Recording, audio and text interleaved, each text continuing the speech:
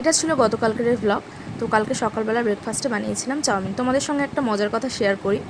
তো প্রতি শনিবার রাত্রে আমি ভাবি যে কালকে রবিবার একটুখানি ঘুমোবো দেরি করে, মানে প্রত্যেক দিন তো সকালবেলা আমাকে উঠতে হয় 6:30 পৌনে 7টা নাগাদ।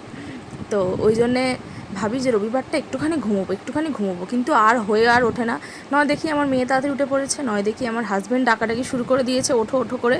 তো ওই কারণে রবিবার আমার আর ঘুম হয় না। তো যাই হোক, তো আর আজকে সকালবেলা আমার অনেকগুলো পার্সেল এসেছিলো, তো আমি সেটাই আনবক্সিং করছিলাম। আর দুপুরে লাঞ্চে বানিয়েছিলাম কচু আলু দিয়ে একটা চিংড়ি মাছের তরকারি, তার সঙ্গে করেছিলাম চিংড়ি মাছের ঝাল আর বেগুন আলু ভাতে, আর লঙ্কা ভাজা তো অবশ্যই আছে। আর আমার মেয়ে এখানে রেগে গেছে, তার কারণ হচ্ছে ওর এখন ডিমান্ড হচ্ছে সন্ধেবেলা একটু দুধ চা করে দিতে হবে। তো আমি বললাম রাত্রে চিকেন হচ্ছে, দুধ চা করে দেবো না, কিন্তু ও ওই জন্যে মানে মুডটা অফ করে আছে। আমি ভিডিও তুলছিলাম, ওই জন্য আরও রেগে যাচ্ছিলো। তো যাই হোক, ওর আঁকাটা কেমন হয়েছে অবশ্যই জানাও, পুরো কমপ্লিট হলে তোমাদের জানাবো।